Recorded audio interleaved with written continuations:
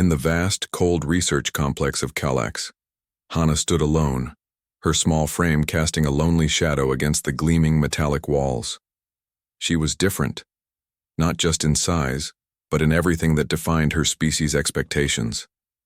At merely 4 feet tall, her iridescent skin shimmered with an unusual pattern that marked her as an outsider. The Callixian Research Center buzzed with activity, scientists and researchers moving in their perfect formations, their conversations a constant hum of technical discussions and social interactions. Hana watched them, her sharp eyes taking in every detail, her brilliant mind processing information at a speed that far exceeded her peers. Yet, she remained invisible. Her latest research paper on quantum entanglement lay rejected on her workstation. The senior researchers had dismissed her work without a second glance, not because the science was flawed, but because she didn't fit their perfect image of a Callixian scientist. Her size was a problem. Her appearance was a problem. Her unconventional thinking was an even bigger problem. In Callixian society, scientific recognition came with social acceptance. Researchers were expected to be tall, muscular, with symmetrical features that suggested strong genetic potential. Hana was none of those things. She was small, her body lean and compact, her skin displaying patterns that were considered unusual and unattractive. Every mating season, she watched her colleagues pair up, their connections celebrated with grand ceremonies and genetic compatibility tests. She was always passed over, always left standing alone. The rejection wasn't just professional, it was deeply personal. Her research terminal flickered with data streams she had collected over years of careful observation. Complex mathematical equations danced across the screen, each one a testament to her extraordinary intelligence. But intelligence meant nothing in a society that valued physical appearance above all else. The research center's central hall was a massive circular space, with holographic displays showing scientific achievements. Hana's latest work wasn't among them. Instead, her colleagues' projects dominated the displays.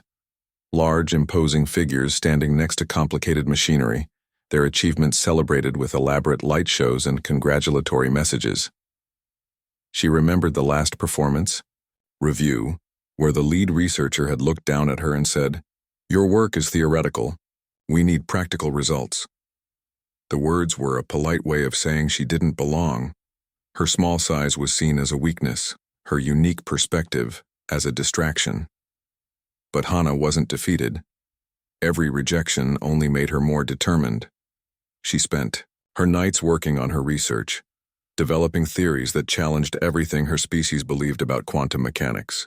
Her workstation was her sanctuary, a place where her size didn't matter, where only pure intelligence ruled. Outside her work area, the complex continued its rhythmic dance of social interactions. Researchers paired up, discussed projects, shared meals. Hana ate alone, her meal synthesized by a machine, her companionship limited to the complex data streams and mathematical models that filled her world. The Callixian research system was brutal in its perfection. Only the strongest, the most socially acceptable could advance. Hana knew she was different. She didn't just want to be part of the system, she wanted to change it entirely. Her latest research suggested a revolutionary approach to faster-than-light communication, something that could transform interstellar travel. But who would listen to a researcher that didn't fit the traditional mold? Her papers were regularly redirected, her proposals buried under mountains of bureaucratic resistance. As the research center's lights dimmed, signaling the end of another work cycle, Hana remained at her station. Her fingers moved quickly across the data interface, her mind racing with possibilities. She didn't know it yet, but her difference would soon become her greatest strength. The complex grew quiet. Researchers departed in groups, their laughter echoing through the halls. Hana remained alone, a single light burning in the vast scientific landscape of Kallax. Her isolation was about to become her most powerful weapon. Little did she know that light years away, a human starship was approaching, about to change everything. She knew about rejection, potential, and the true meaning of scientific discovery.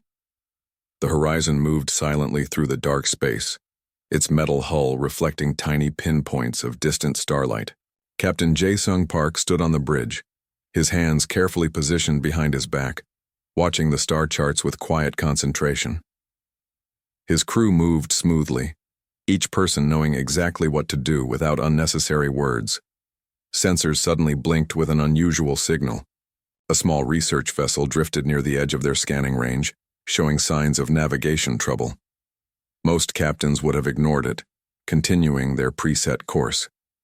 But Jae-sung was different.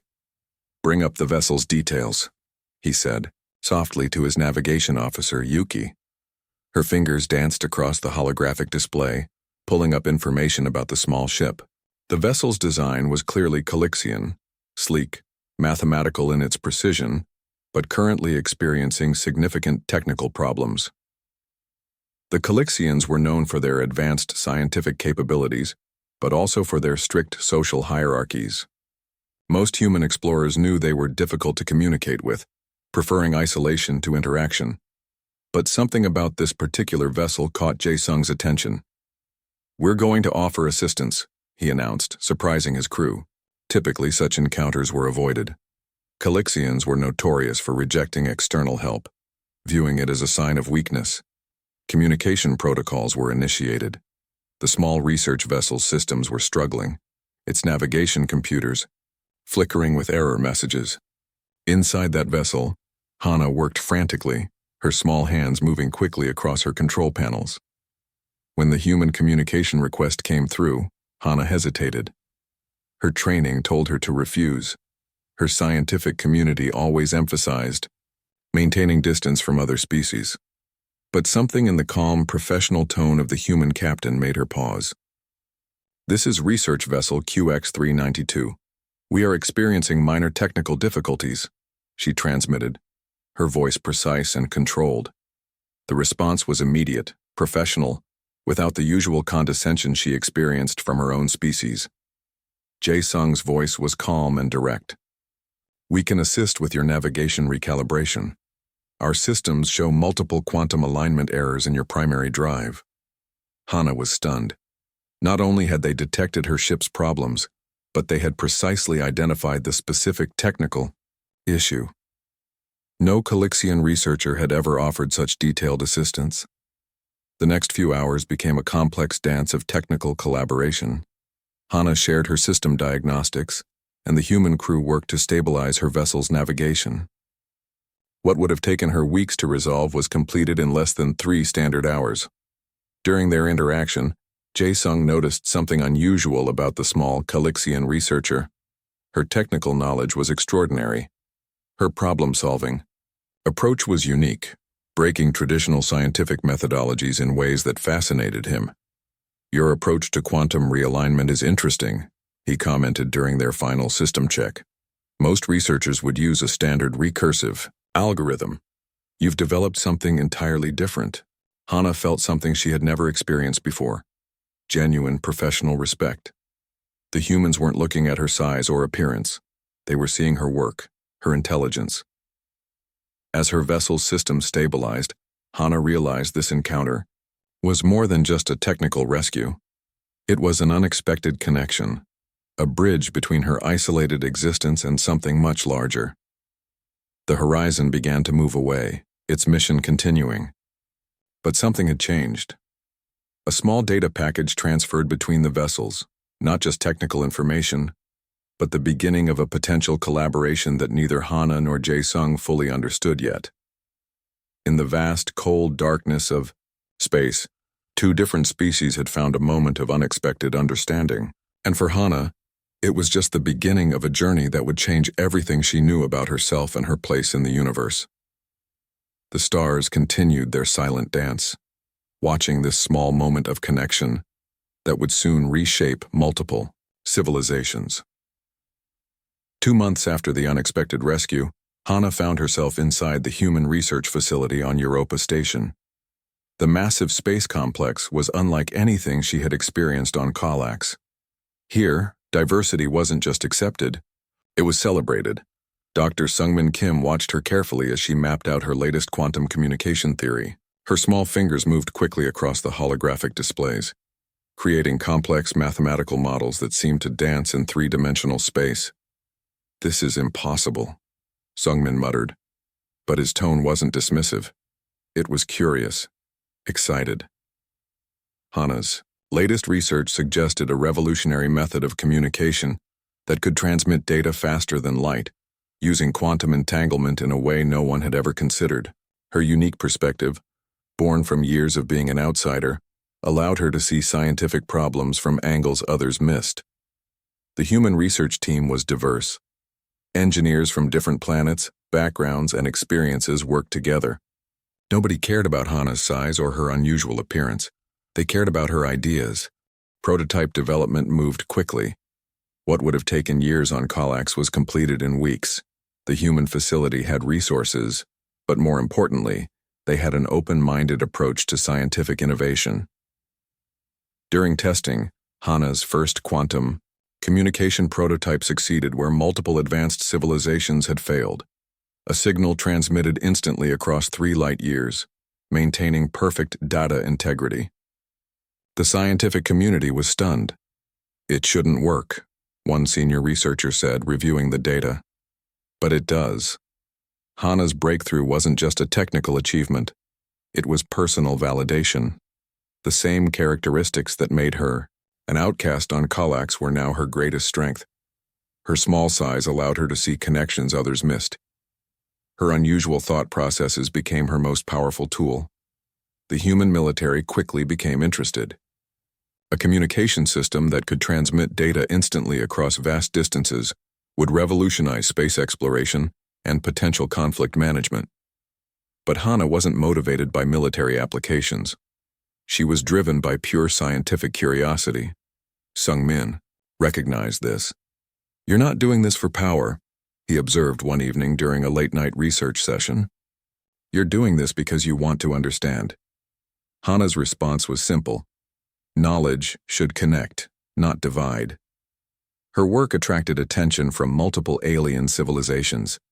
Research stations and scientific organizations that had once ignored her now requested collaboration. The same institutions that rejected her were now eager to understand her methods. The quantum communication prototype went through rigorous testing. Each test confirmed what Hana had theorized, a communication method that defied traditional understanding of physics. Her small frame seemed to vibrate with quiet excitement during each successful trial. Humans treated her differently. They saw her potential, not her limitations. She was invited to conferences, asked to present her research, treated as a respected scientist. No one mentioned her size or appearance. They were interested in her mind. The breakthrough had wider implications than anyone initially understood. This wasn't just a technical achievement. It was a statement about potential, about how innovation comes from unexpected places. Hana thought about her past on Kallax, the rejection, the isolation. Now surrounded by humans who valued her intelligence, she felt something she had never experienced before. Belonging. Her quantum communication system would soon change how different species interacted across the galaxy. But for Hana, the real transformation was personal. She had transformed from an outcast to a pioneering scientist. The research facility hummed with activity. Holographic displays showed her complex mathematical models. Scientists from different backgrounds discussed her work with excitement. And at the center of it all was Hana, small, brilliant, and finally recognized. The universe was about to change. And it would change because a small rejected scientist dared to think differently. As the last test completed, showing perfect data transmission, Hana allowed herself a rare smile. This was just the beginning. The first warning came as a distant signal, a strange electronic pulse that cut through normal communication channels. Most scientists dismissed it as random interference. Hana knew better. Her quantum communication system picked up something others missed. A pattern, mathematical, and precise but utterly alien. Machine signals, but not like anything humanity had encountered before. The mechanical collective emerged from the dark spaces between star systems. Massive construct ships, made of interlocking metal segments that could reshape themselves instantly. They consumed everything, Planets, asteroids, entire civilizations became raw material for their endless expansion. Human military strategists gathered in emergency sessions. Traditional weapons seemed useless against an enemy that could reconfigure its entire structure in milliseconds. Conventional defense systems would be like throwing rocks at a hurricane. Hana's research suddenly became humanity's most critical asset. Her quantum communication prototype allowed something unprecedented: the ability to predict machine movement patterns before they happened. Each transmission carried not just information, but potential future scenarios. Captain Jae-sung Park's fleet became the primary defense line. His ships, equipped with Hana's communication systems, could anticipate mechanical attack vectors with shocking accuracy. Where other fleets would be destroyed, his maneuvered like living things, always one step ahead. The first major battle occurred near the Orion cluster. 50 human ships faced thousands of mechanical construct vessels. Traditional military experts predicted total destruction, but Hana's system changed everything. Real-time quantum transmissions revealed the machine's tactical algorithms. Their supposedly perfect logic had predictable patterns that could be manipulated, redirected, even used against them. Hana worked continuously, her small frame surrounded by massive holographic displays. She wasn't just analyzing data, she was rewriting the fundamental understanding of machine intelligence. Each transmission was a complex mathematical dance, predicting and redirecting mechanical threat responses. Alien civilizations watched in stunned silence. The machines that had consumed their worlds, destroyed their civilizations, were being fought back by humans. Guided by a small scientist they would have once considered irrelevant. The mechanical collective's response was brutal. They concentrated massive firepower, attempting to disrupt communication networks. But Hana's quantum system was different. It wasn't a traditional network. It was a living, adaptable mathematical organism. "They can't predict what they can't understand," Hana told Jae-sung during a critical moment. Her voice was calm, almost casual, while entire star systems hung in balance. Massive construct ships began falling, not destroyed, but redirected. Hana's systems didn't just fight, they reprogrammed. Mechanical vessels found themselves suddenly isolated, cut off from central command. Their perfect logic turned against them. Military strategists were stunned. A small researcher had done what entire planetary defense systems couldn't. She wasn't fighting with traditional weapons, but with mathematics, with understanding. The mechanical collective started showing signs of confusion. Their first experience with an opponent that didn't follow expected response patterns. Hana had introduced chaos into their perfect, logical system. Weeks of continuous battle transformed into a complex mathematical performance. Human fleets moved like living things, guided by predictions that seemed almost supernatural. The machines, for the first time, looked vulnerable. Hana rarely slept. Her workstation became the most important location in human defense strategy.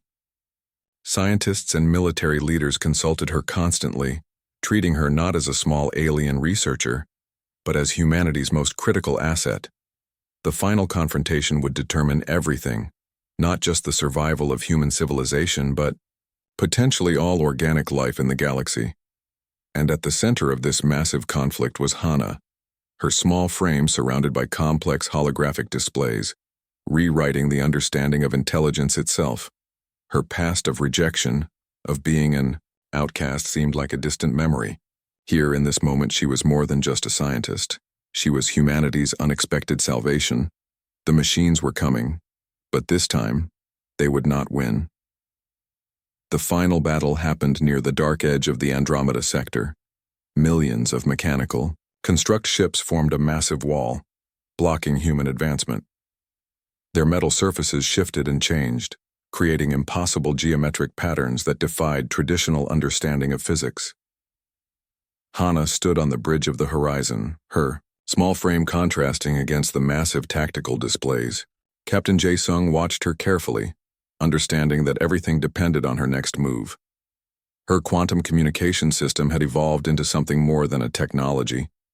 It was a living mathematical entity, capable of predicting and redirecting machine intelligence with unprecedented accuracy. Where traditional weapons failed, her system created invisible pathways of disruption. "They think in straight lines," Hana said quietly. "But reality is never a straight line." Her fingers moved across holographic interfaces, creating complex mathematical patterns that seemed to dance between reality and possibility. Each transmission was a weapon more powerful than any physical missile. The mechanical collective responded with concentrated firepower. Entire human squadrons would have been destroyed in seconds. But Hana's system anticipated every move, redirecting attack vectors, creating impossible escape routes. Quantum transmissions carried more than data. They carried potential futures, mathematical scenarios that confused the machine intelligence. For the first time, the mechanical collective encountered an opponent that didn't follow expected patterns. Human ships moved like living things, guided by predictions that seemed almost supernatural. Where machines expected resistance, they found unexpected movement. Where they anticipated direct confrontation, they encountered mathematical chaos. Alien civilizations watched the battle through limited communication channels. The machines that had consumed their worlds were being challenged by a strategy they couldn't understand. A small alien researcher was defeating an enemy that had destroyed entire planetary civilizations. The battle wasn't just about physical destruction.